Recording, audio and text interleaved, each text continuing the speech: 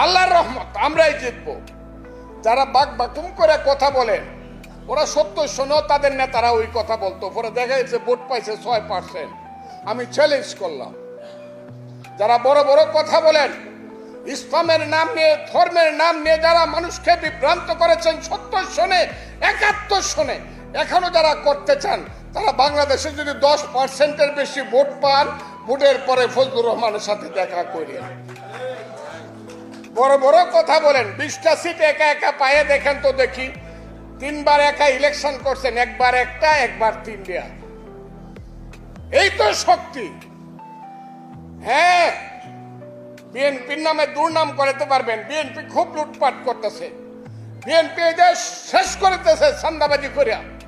বিএনপির কর্মীরা খুব খারাপ বলে বলে সারা দিন ইউটিউবে মানুষকে বিভ্রান্ত করতেছেন।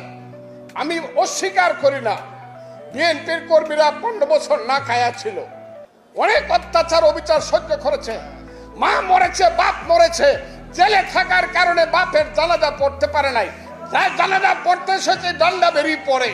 সেই বিএনপির একটা কর্মী যখন পেটে ভাত থাকে না, যদি 10টা টাকা রোজগার করতে চায়, তার যদি দুর্নাম হয়, যারা ব্যাংক দখল করে তাদের দুর্নাম হবে না?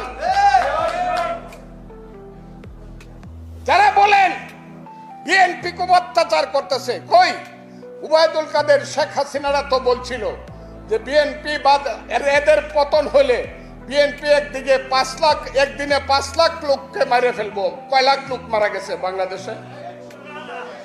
বিএনপি যে ধৈর্য ধরছে, বিএনপির নেতা তারেক রহমান যে ম্যাচুরিটির পরিচয় দিছে, দেশকে যেভাবে রক্ষা করছে, এর মধ্যে যারা বিএনপিকে সমালোচনা করে তাদেরকে হুঁশিয়ার করে আমি বলতে চাই, চক্রান্ত করে ক্ষমতায় থাকতে পারবেন না। বেশি দিন ক্ষমতাকে দীর্ঘায়িত করেন না। যেসব ছেলেরা বলো বাবারা আমি এখনো তোমাদেরকে সন্তানের মতোই মনে করি, তোমাদের বয়স 22 বছর, 23 বছর, 24 বছর, 25 বছর। এখন বাংলাদেশের সব দলের চেয়ে বড় দলের নাম হলো সমন্বয়ক দল। হ্যাঁ, সমন্বয়ক।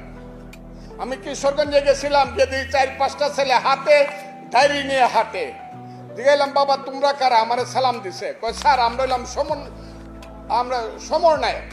একটা ছেলে বলে তুমি সমরনায়ক? বোকা হয়ে গেছে, কয় না স্যার আমার ভুল হয়েছে, আমরা হইলাম সমন্বয়ক। আমি কেন আসছিলাম? ডিসি সাহেবের সঙ্গে মিটিং করতে আসছি। কোন ক্লাসে পড়ো? কলেজে ফার্স্ট ইয়ারে পড়ি, গুরুদয়াল কলেজে।